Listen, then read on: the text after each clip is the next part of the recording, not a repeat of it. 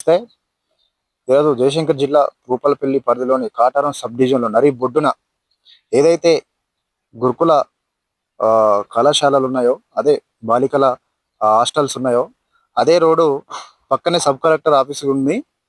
ఇది గత 60 సంవత్సరాలుగా ఉన్నా కూడా ఈ రోడ్డు దాని పరిస్థితి ఎలా ఉందో ఒకసారి మీరు కిందికి చూడండి. ఒకసారి కింది నుంచి బ్రదర్. ఇది దాదాపుగా ఒక యాభై యాభై యాభై సంవత్సరాలు 60 సంవత్సరాల పైన ఈ రోడ్ ఇలా ఉంది. దాదాపుగా 200 మీటర్లు ఉంటది.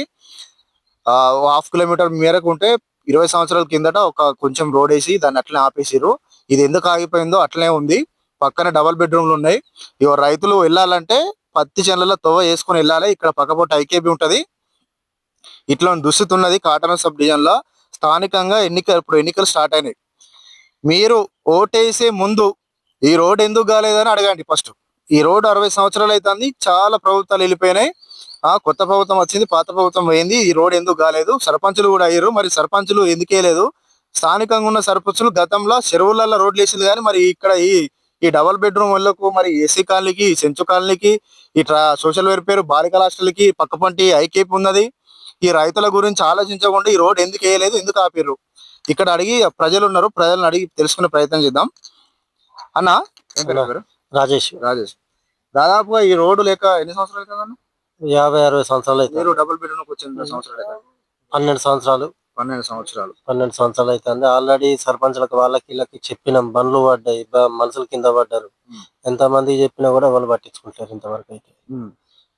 అక్కడికి వెళ్ళి గాడికి పోసిండు, ఇక్కడికి గీడికి పోసిండు. ఆల్రెడీ చెప్పినాం చాలా మంది కూడా, దీని అప్లికేషన్లు కూడా పెట్టుకున్నాం. ఇంతవరకు ఏది లేదు, ఏం లేదు. చాలా మంది ఇబ్బంది పడతారు ఈ తవ్వకు రావాలంటేనే. బండ్లు గాని రోజు ఒకటి కాకుండా ఒకటి పంచర్లు అవ్వడే, మళ్ళీ ఈడికి వెళ్ళి 2 కిలోమీటర్లు తప్పుకుంటాము ఒకటి. అట్లా అవుతుంది. ఇది పరిస్థితి. నాకు తెలిసినంత వరకు, ఎందుకంటే మాది ఇక్కడ కాబట్టి. ఈ తమ్ముడు కూడా అప్పుడు పుట్టలే, చిన్నోడు, చాలా చిన్నోడు. ఇప్పుడు తమ్ముడు ఇక్కడికి వచ్చి మీరు ఎన్ని సంవత్సరాలు? నాకు తెలిసి అంటే ఒక 10 years అవుతుంది అన్న. 10 years అంటే చిన్నప్పటి నుంచి ఎన్ని ఉంటాయి, కానీ నాకు తెలిసి 10 years అవుతుంది. పంచలు ఎట్లే ఉంది రోడ్డు. ఇట్లా పొలం ఉంటది, అటు పోవాలంటే చాలా